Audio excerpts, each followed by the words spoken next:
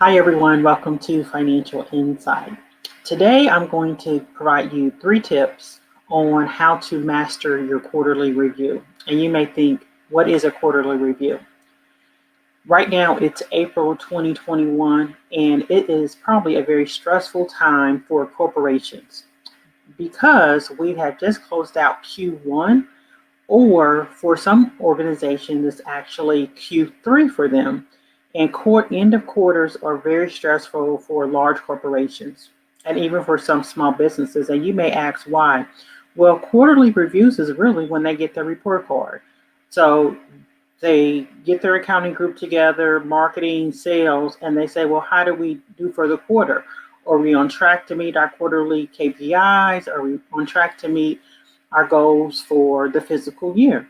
When I worked in corporate America, we would just be grinding at this time. There's additional reporting we had to do, additional meetings, additional discussions, just a lot of different things that we had to prepare for our quarterly reviews. For small businesses, this is something that we necessarily do not do just because of time and staffing. However, I want to suggest to you to actually implement this into your business practice. So a quarterly review allows you to take what I call a bird's eye view of your business. And it's basically, it can be, a 30-minute you just reviewing information. So review in a quarterly review, number one, your financial statements. So many of us, Q1 is done. That is January through March. Review your financial statements for Q1. And in order to review your financial statements, you actually need to make sure that your credit card accounts are reconciled.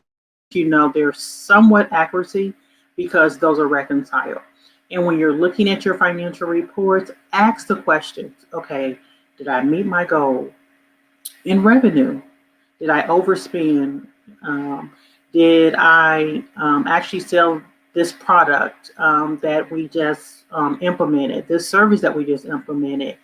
Why is our cost of goods look so well? Can we implement that still in Q2? So these are the questions you need to start asking.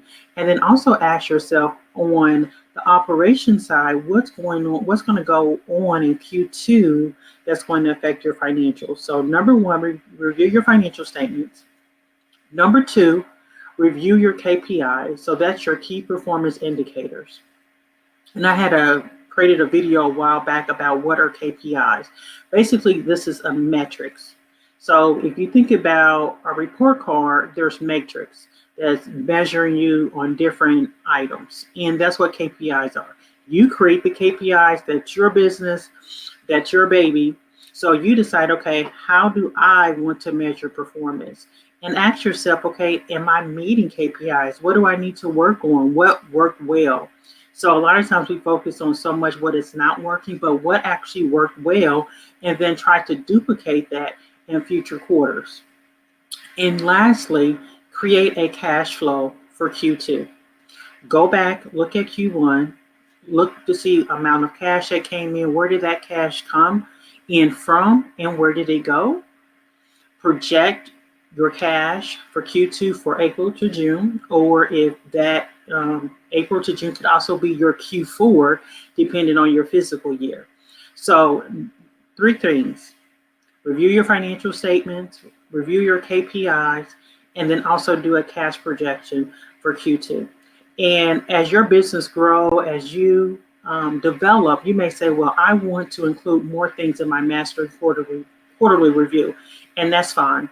Larger corporations, what they'll do is they'll actually create a slide deck, and it will just have a dashboard and some matrix, and they'll actually present it to their staff.